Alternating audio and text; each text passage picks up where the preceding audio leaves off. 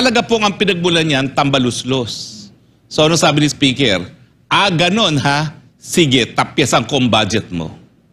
O, sino ngayon ang tambaluslos?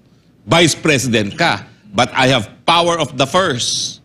Kahit ang budget mo, ang aking pinsan ang nagsulong sa Kamara, wala akong pakialam, I am the Speaker, tatapyasan ko ang budget mo. Kaya nga po, tama ang sinabi ni Vice President, bigyan naman natin ng kahihiyan ang ating mga West at yung ating infrastrukturang katarungan sa Pilipinas.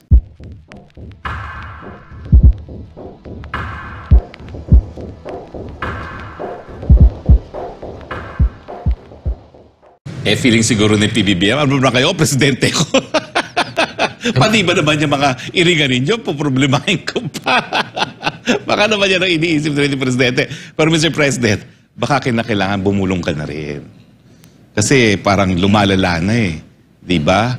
Yung mga bangayan nila, nagiging national debate na hindi naman dapat nagiging debate dahil ikaw lang naman dapat na magdidesisyon. Dapat sabihin nyo, excuse me, I am President. I have decided. Tigil lahat yan. Diba? Dahil, attorney, sa sinasabi nating pagkakaisa, unity. Oo nga eh. Kaya nga ako talaga, Mr. President, again, I'm sorry for saying this, dapat nagsalita ka rin tungkol sa budget ni Inday Sara. So ang tingin tuloy siguro, siguro lang, ni Inday Sara, you also abandon me. At kinampihan mo yung kakampi mo, yung iyong pinsan. Siyempre, kahit sinong Pilipino tanungin mo, dugo eh. Pero hindi ako naniniwala dun eh. Siguro, ewan ko, siguro mangmang ako.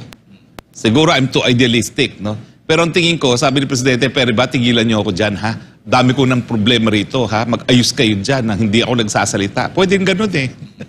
Diba? Pero dapat hindi mawala yung administrasyon, attorney, kung sino talaga ang tunay na kalaban. At dapat yun ang babanatan, hindi sila mismo ang mag-aawa. Ang unang kalaban kasi, Mr. Speaker, is the terorista CPP-NPA. Bakit mo sila pinanigan dahil ikaw ay meron lang grudge against someone?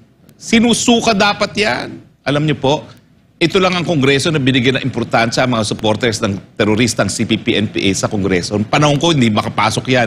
Either majority or minority. Bahala kayo. Terorista kayo. Diyan kayo. Marami pa sila nun, ha?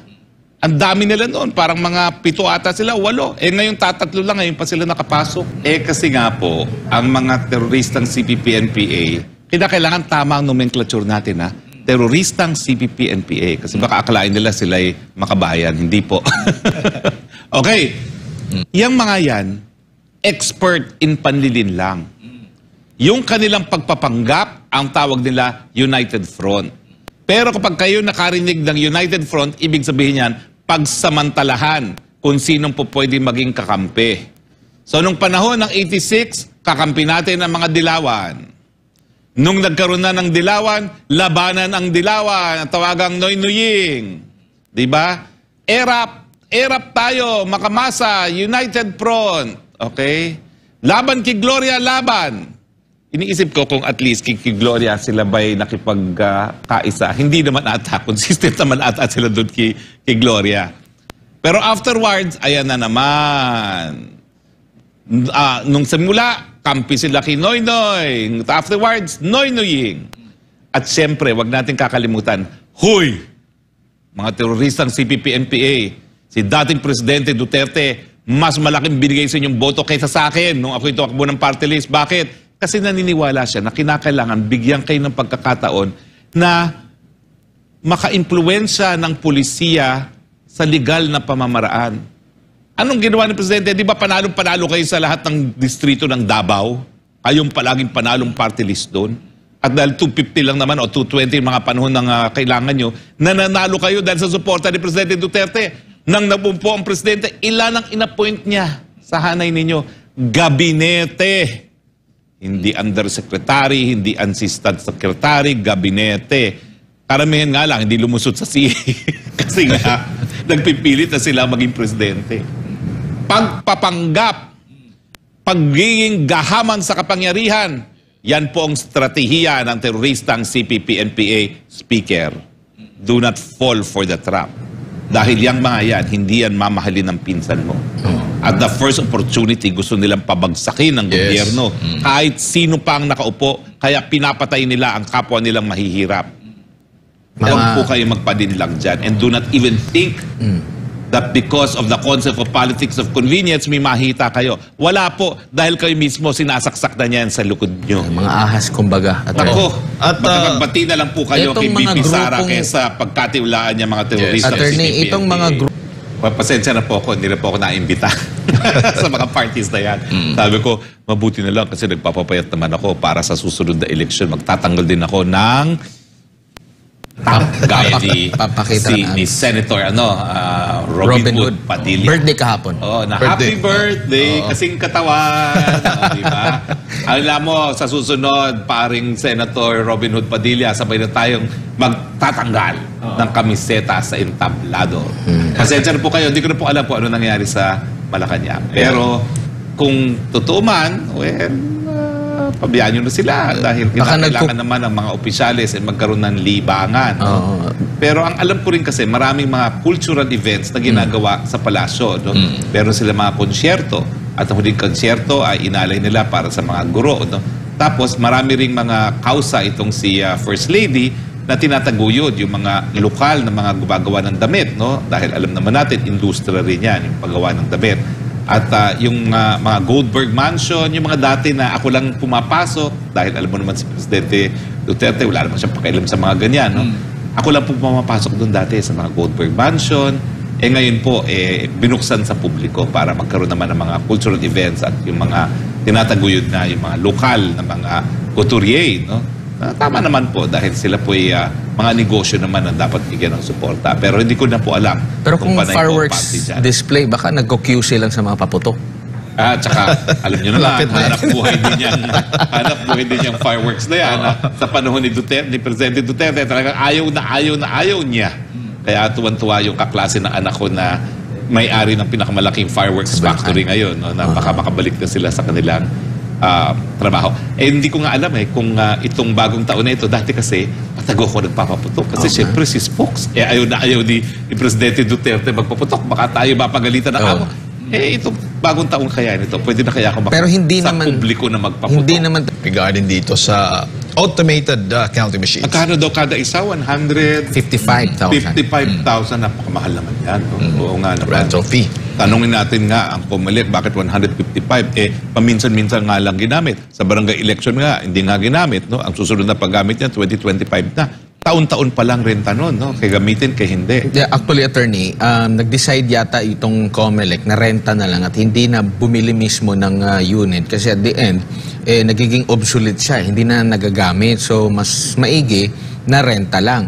Siguro din, di ko lang alam baka rin yung mga manufacturer niyan, ganyan yung offer. Kasi nga, after naman nun, hindi na magagamit. Actually, yung mga 90,000 mahigit ng mga vote counting machines natin, binibenta ng Comelec at nakipag-ugnayan nga sila one time dito kay Vice President Sara Duterte. Baka gustong bilhin pang-check sa mga Exams. mga exams na pwedeng gamitin kasi hindi na pwedeng gamitin yung para sa halalan. Pero bakit naman 155,000 kada Each. makina? Dami Alam na. naman natin na parang fax machine lang yan. No?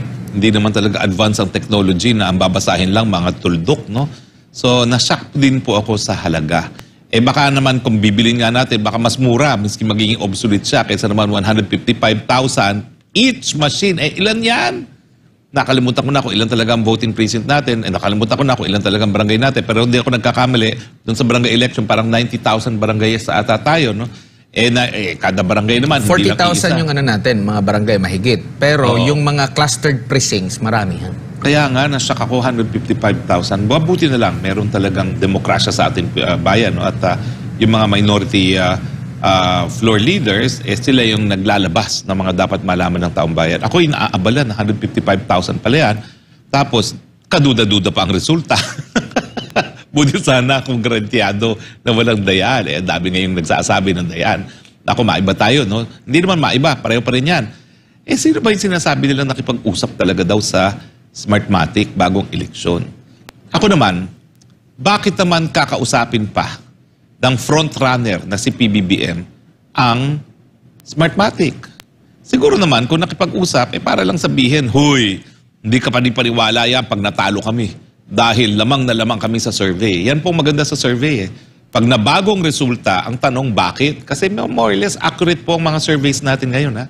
Pulaan na natin sila na minsan may bias talaga at may mga ilang talagang haw-saw na surveys. Pero pag ako naman, I will name them. Pag naman yun po ay Pulse Asia. Talaga naman pong hindi pa po nagkakamali ang Pulse Asia, no? Tapos meron pa po isa na hindi nasa sa publiko pero pinaniniwalaan po dyan, yung Lilo.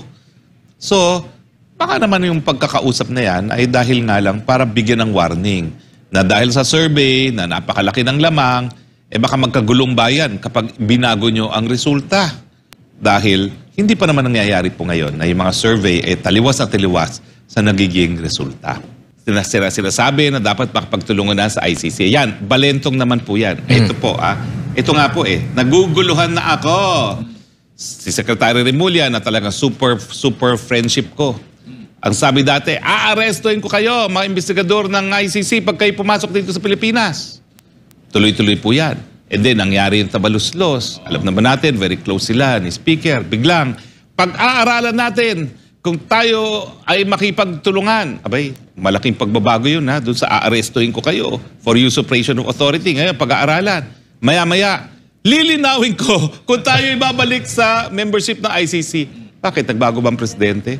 Ang aking bilang, dito nga, pinatugtog natin, di ba? No, tatlo yung attorney. 3 beses nagsalita ng presidente na goodbye ICC. So, hindi ko alam kung saan nangyayari, saan gagaling yung babalik ba tayo ng ICC. Siguro nga, kasi ito yung resolution. At ito naman aking sinabi na tinanggi ni Speaker, na ito yung hudyat, ito yung magiging cover para ang Department of Justice, pagkaroon ng basihan, hawak nila yung power of the purse. Baka mamaya, gawin nila yung ginawa nila kay Vice President. Biro mo, Vice President, tinanggalan ng budget. Sino pa kami dito sa Department of Justice? So parang hindi po pwede baliwalain. Although mga kaibigan, dahil dalawa yung kapulungan natin ng Kongreso, dapat pareho silang pasa ng resolution para maging concurrent resolution yan. Pero po pwede rin naman yun na sinabi na po yan ng ating Secretary of Justice na miski wala pong concurrence ang Senado, that is the sense of the House na hindi mo po pwedeng baliwalain dahil sila nga po ang nagpapasa ng budget. Pero mabuti na lang.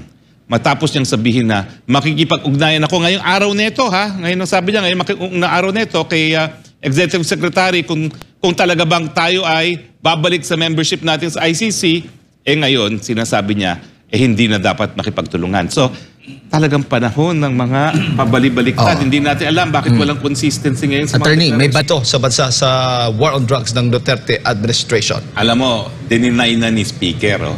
Pero malinaw po sa akin kasi yung script.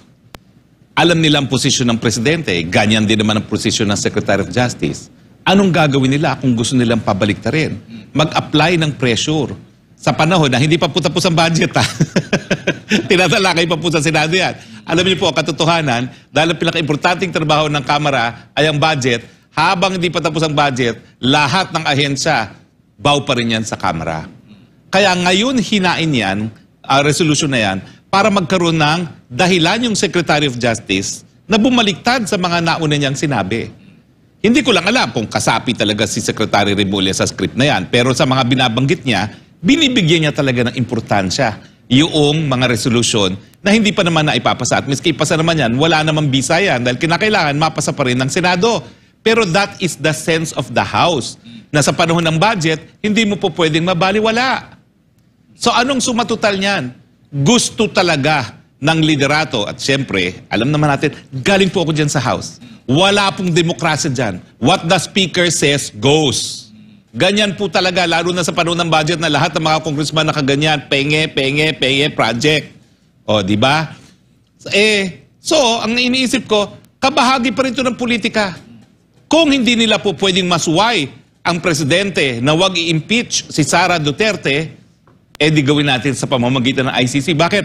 Hindi lang naman po si dating Presidente Rodrigo Duterte ang di umano, pinaimbestigahan ng mga CPP-NPA sa ICC. Kasama na rin po si Vice President Sara dahil mga panahon na iniimbestiga ng ICC mga pangyayari sa Davao, mayor po si Sara Duterte. So kung hindi makuha sa impeachment, pa-warrant of arrest mo yan at cooperate mo, padala mo, pakulong mo sa dahig. Now, dininay ni Speaker. Okay. Mabuti yan, denial na yan. Pero tignan nyo, ang sabi niya, that is not accurate. What is not accurate? Na nais maimpluwensyahan at mapabaliktad ng Kamara sa kanyang liderato, sa ilalim ng kanyang liderato, ang naging pahayag ng Secretary of Justice na paa-aresto niya kapag pumasok sa Pilipinas mga investigador ng ICC. What is not accurate with that? Nandyan na po ang binitawang salita ni DOJ. Tatanungin niya kung magbabago ng status ng membership natin dahil nagsalita ang Kamara. O di ba, hindi ba binibigyan ng importansya yan? Hindi ba?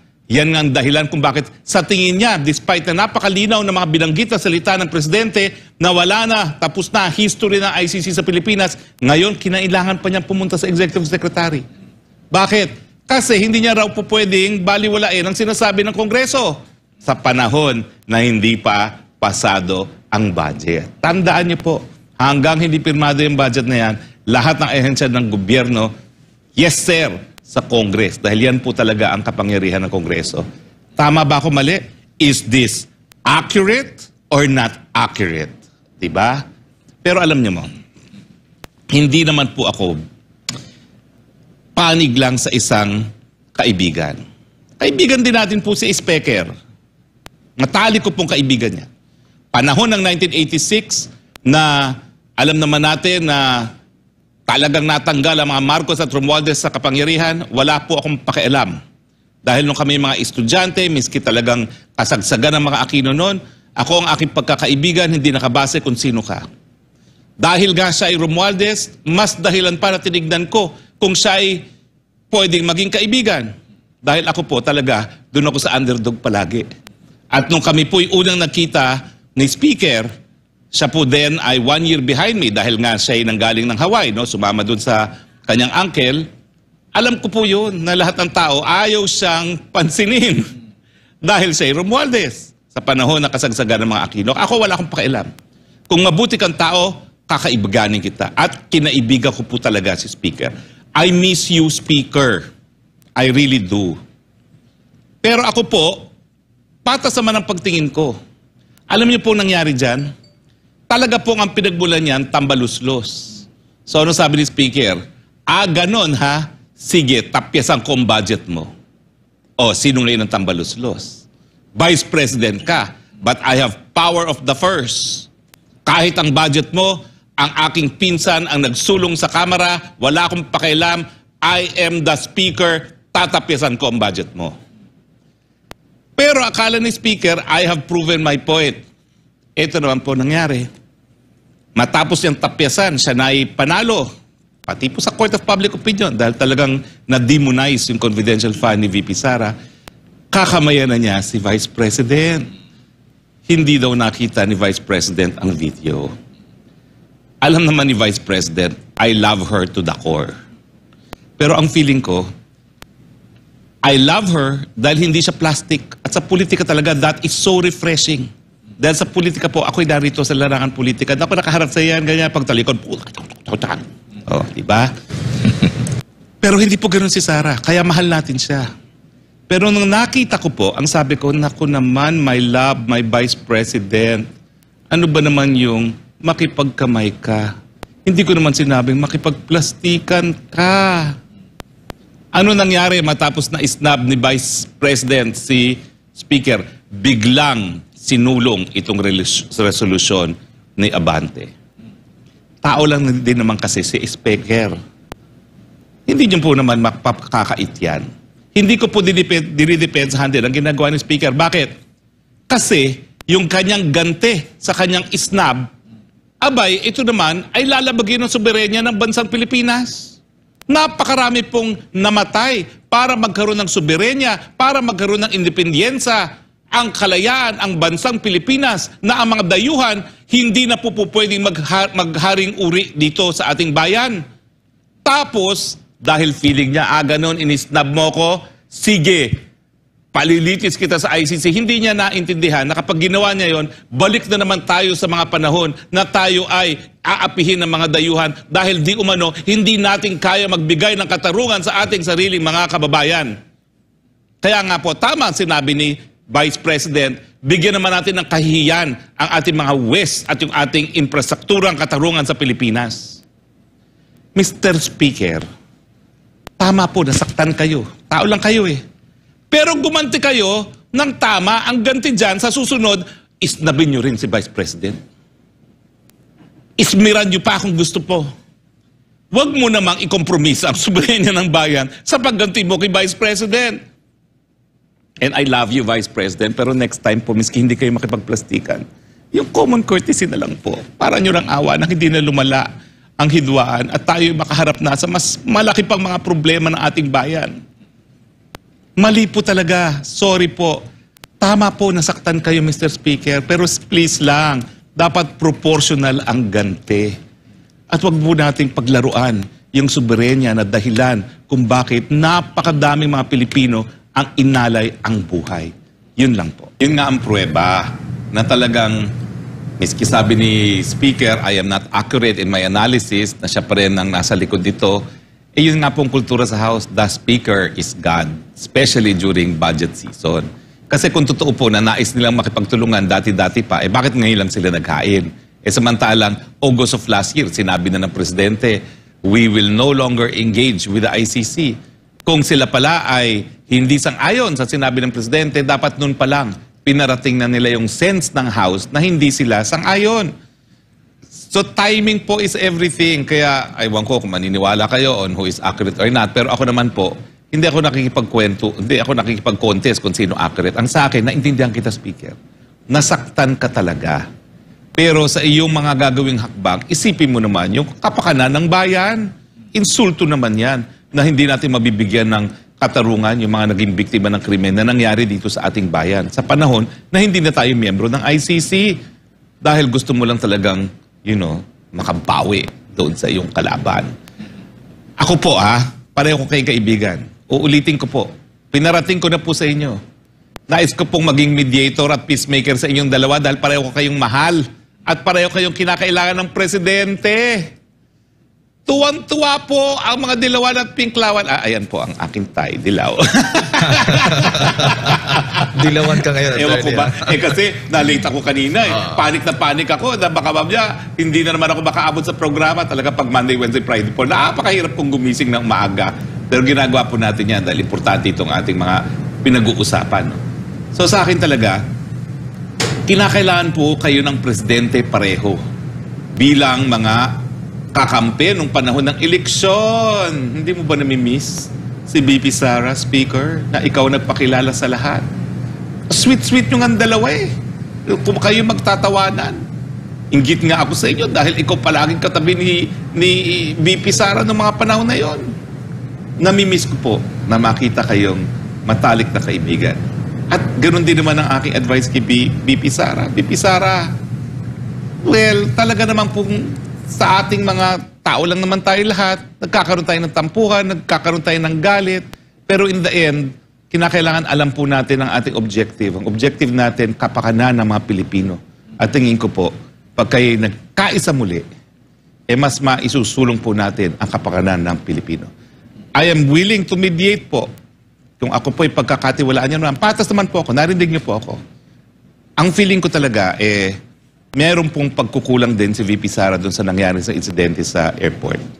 Pero, Speaker, tao rin naman po. Ang ginawa mo naman kasi binawasan mo yung budget niya, no? Hello, alam nga namang sabihin niya, hello, Speaker! Huwag mo naman saan yun. Pero attorney, yung sa pagdating sa foreign policy, di ba, ginigiit na sa konstitusyon, na tanging Pangulo lang. Ito'y bahagi ng foreign policy, di ba? Once na meron tayong gusto na papasukin or kung anumang mga polisiya na may kaugnayan outside ng ating bansa. Kaya nga po, out of line completely ang House. Kasi, kung meron mang sangay ng Kongreso na dapat makisausaw sa foreign policy, it is the Senate. And that obligation is to concur in treaties. So parang talagang sintonado po itong resolution nito sa panahon ngayon lang po na nailabas. Dahil nagkaroon na po ng desisyon ng ehekutibo ang ating Presidente na hindi na makikipagtulungan. Tuloy, yan, ginagamit ngayon ni Secretary Remulla. Kinakailangan kumuha ko ng bagong orders dahil naleleto ako. Alam naman po natin kung ano pinagmulan yan. Buti sana kung totoo namang meron kayong mga differences in opinions on public affairs. Pilipino po tayo, alam natin kung paano nangyayari yan. Hello? Let's not talk about accuracy. Alam na po natin kung paano ang kultura ng Pilipino. Yan po talagang nangyayari. Bangayan lang po yan. Isang tabi naman po natin yan. At Alam niyo po, ang dami ng problema ni Presidente. Huwag na po nating dagdagan pa. Yan lang po sa akin. Wala na po akong mahihita kung kayo'y mag-aayos. Ako naman po ay nasa labas at happy na po ako dito. Pero apektado po ang buhay ko, ng pamilya ko, kapag hindi po tayo nagkaisa. Dahil baka maya-maya sa midterm election, ang manalo lahat pinklawan at dilawan. Dahil tayo dito mga kakampi ay bising nagbibirahan sa isa't isa. Tigil na po natin yan. Gamat ang Northern Samar po ay sanay sa mga bagyo, ibang klase po talaga nangyari dahil wala namang bagyo.